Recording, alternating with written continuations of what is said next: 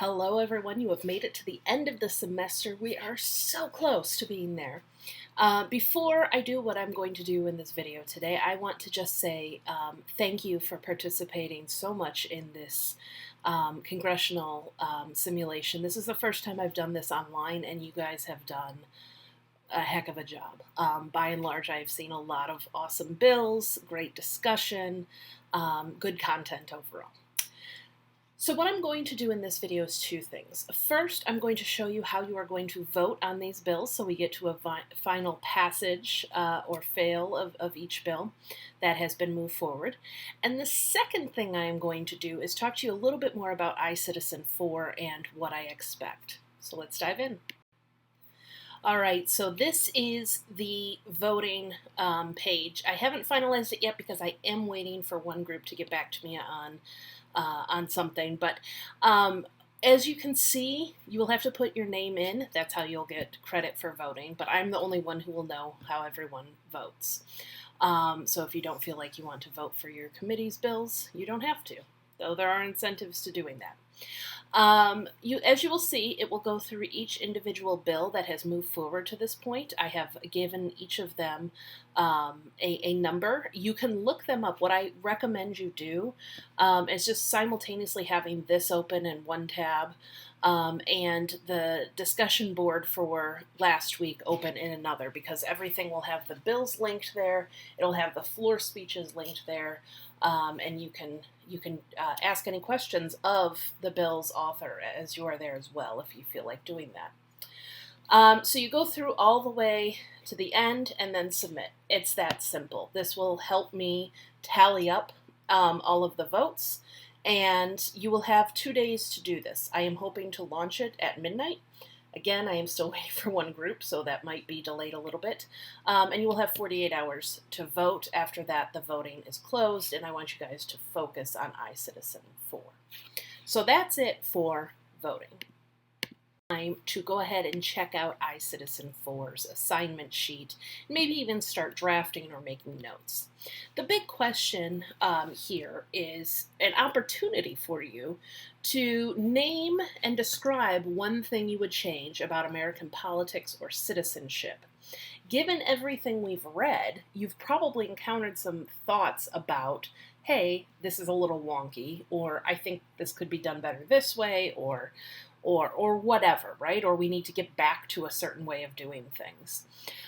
So this opens up an opportunity for you to make that determination, but to back it up with things you've learned throughout the semester. So this very much takes the place of a final exam because you're expressing to me what you know about the system. So you have kind of two goals in mind. One is to answer this question, right? And to do it well. Have a thesis statement, have evidence to support it, use the readings, have a conclusion, and wrap up. The other part of it is to show me that you have done the reading, that you understand some course concepts, and a basic breadth of knowledge about American government and politics. So what I would say is the best way to get started is think about those things throughout the semester that you have thought, that doesn't make sense, right? And then think about what caused the problem. We've talked a lot about underlying causes, whether they were built into the system or whether it was something that happened over time. And I've given you some suggestions for alternatives, right? Possible solutions. But this is your turn to think about, what do you think caused the problem, given what you've read? What do you think an appropriate solution is? And talk about why other solutions may not work as well as your proposed one. So you will need a thesis statement, will need evidence, and some of that evidence should be not just pointing out what things you think should happen or have happened, but using at least 5 readings from the course. From the entire semester, 5 readings. Now, one of those can be the movie Starship Troopers, so you might think of it as 4 readings in a movie, but 5 readings throughout the course. And this should not be hard to do. We've read several things throughout the course of this, yes, short semester that should guide you on this question either in broad terms about what the government looks like and should look like and was intended to look like, or again, in very specific terms, I have offered some options as well. I want you to note a couple of things. One is that I would like you to have a works cited paper. This makes it easier for me to make sure that you are properly citing sources. You do have an extra day from what was originally listed in the syllabus. It was listed as the 20th. It is due the 21st.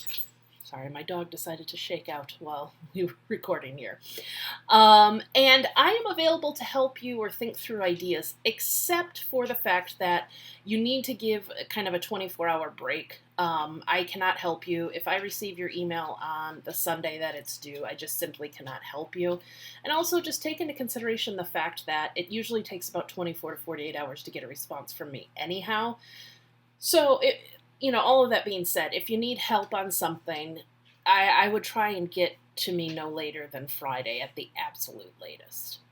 But I think this is a good opportunity for you to show what you have learned and to do so in a way that really allows you the freedom to talk about what's of interest to you. All right, that is all for now. Thank you again for all of your amazing participation this semester. And you will hear from me again very soon as we wrap up everything and turn things in. All right, bye-bye.